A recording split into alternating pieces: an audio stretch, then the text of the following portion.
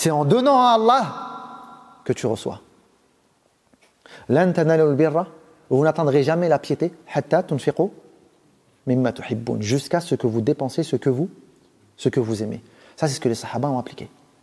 Et c'est pour ça que, parmi les signes de la destruction de la communauté à la fin des temps, al-bukhl, l'avarice. La première des choses, l'avarice dans les émotions. L'avarice dans les émotions.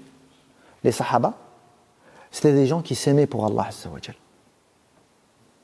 Regardez-nous, aujourd'hui, notre amour, il est que par intérêt.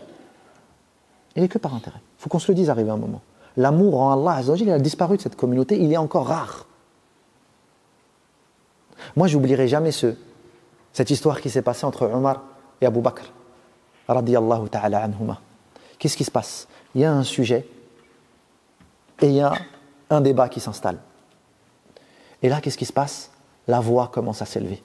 Abu Bakr lève la voix, Omar il lève la voix et ils se disputent. Ils se disputent et ils s'énervent. Et là, Omar, il donne son dos et il part. Il donne son dos et il part. Et là, il y a Abu Bakr qui le suit, qui lui dit « Excuse-moi, excuse-moi ». Et là, Omar, il lui claque la porte au nez. Et là, Abu Bakr, radiyallahu anhu, il voit ça, il dit « Je me suis excusé ». Pourquoi il ne veut pas m'excuser? Et donc, il va voir le prophète, sallallahu alayhi wa alihi wa sallam. Mais au moment où Omar claque la porte, il rentre chez lui et se dit « Astaghfirullah, qu'est-ce que j'ai fait ?» Il parle d'Abu Bakr, mon bien-aimé, celui avec lequel je me concurrence pour aller vers Allah Azza wa Jalla. Et donc le regret le touche. Et donc il sort de chez lui pour rejoindre qui? Abu Bakr. Sauf qu'il l'a trouvé auprès de qui? Il l'a trouvé auprès du prophète, sallallahu alayhi wa alihi wa sallam. La hawla wa la quwwata illa billah. Et là, qu'est-ce qui se passe? Le prophète, sallallahu alayhi wa sallam, il dit « Hallan taraktumu li sahibi » Pourquoi vous ne laissez pas mon compagnon, en parlant de Abu Bakr, tranquille? Il m'a cru quand vous m'avez démenti. Il m'a aidé quand vous m'avez délaissé. Et donc là, Abu Bakr, il comprend que c'est contre... Omar, il comprend que c'est contre lui. Est-ce qu'il y a une haine qui naît en lui contre Abu Bakr en disant « T'as vu ce qu'il a fait ?» Il y avait la sincérité entre eux. Et donc, qu'est-ce qui se passe? Omar va à côté du prophète, et là, le prophète, il détourne son visage. Et là, il va de l'autre côté, le prophète détourne son visage. Et lorsque Abu Bakr voit ça, vous savez ce qu'il fait? Il se met à genoux devant le prophète. Et vous savez, les Arabes, ils avaient différentes façons d'implorer la pitié et la clémence devant un individu. Parmi les façons, c'est Jatha ala rukbatay, c'est quand il se mettait à genoux.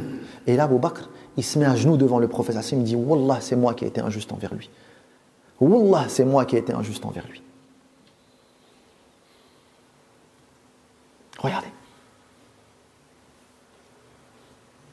Regardez, subhanallah, qu'est-ce qui a fait sortir Omar de chez lui? La sincérité. Il ne voulait pas. Il aimait Abu Bakr pour Allah Azza wa Jal. Il ne voulait pas rester comme ça avec lui. Qu'est-ce qui a fait qu'Abu Bakr s'est mis à genoux alors qu'il aurait pu se dire, voilà, alhamdoulilah, j'ai eu gain de cause. Voilà, tu ne veux pas comprendre, comme ça la prochaine fois tu sauras que. Non, c'est pas ce qu'il est, c'est pas ce qui alimentait. Il s'aimait sincèrement. Il s'aimait sincèrement. Vous savez, s'aimer en Allah sincèrement, c'est la plus grande preuve de don. C'est pour ça que je vous dis que parmi les signes de la fin des temps qui fera en sorte que la communauté pratiquera une religion autre que l'islam, c'est l'avarice. Les gens ils pensent tout de suite à l'avarice dans l'argent. Non. Le plus grand des avarices, c'est quoi?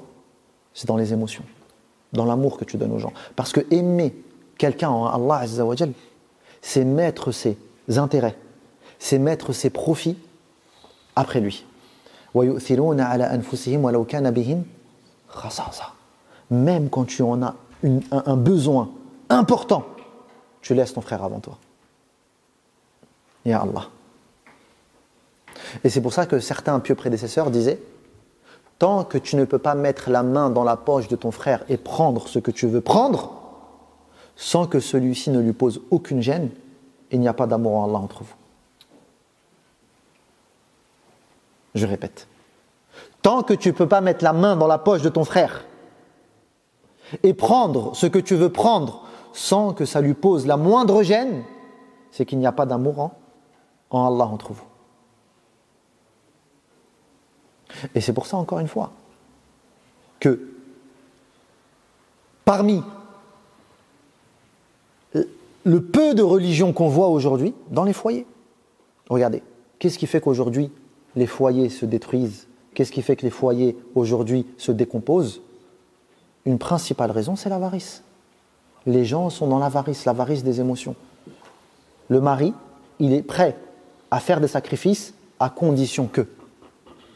La femme est prête à faire des sacrifices à condition que. Un amour conditionné, ça ne peut pas être un amour en Allah Azza wa Jal. Un amour conditionné, ça ne peut pas être un amour en Allah Azza wa Jal. Un amour en Allah, c'est un amour où tes intérêts sont effacés. Est-ce que ça veut dire que tu excuses tout? Non. La seule chose que tu n'excuses pas, c'est quand les frontières qu'Allah a fixées sont dépassées. C'est là où tu te mets en colère. Mais contre ta personne à toi, elle a levé la voix sur toi, elle t'a critiqué, elle a dit quelque chose, tu prends ton œuf, tu le mets dans ta poche. Parce que tu es un homme. Et parce que tu aimes Allah. Et parce que tu as fondé ce foyer pour te rapprocher d'Allah Azza wa Jal. Maintenant, si elle transgresse une limite ou que ton enfant transgresse une limite, là tu es un lion, non négociable. Désolé, on interrompt la vidéo quelques instants pour que tu participes à ce khair avec nous. Abonne-toi à la chaîne, active la cloche et rejoins-nous sur Telegram. Bismillah, on repart. Et donc, la première des caractéristiques, al-bukhl, l'avarice, la première représentation de l'avarice que nous avons nous aujourd'hui, c'est l'avarice dans les relations. Vis-à-vis de nos parents, vis-à-vis de nos épouses, vis-à-vis de nos enfants, vis-à-vis des frères. Ça, c'est la première des choses. Soyez-en sûrs. La deuxième des choses,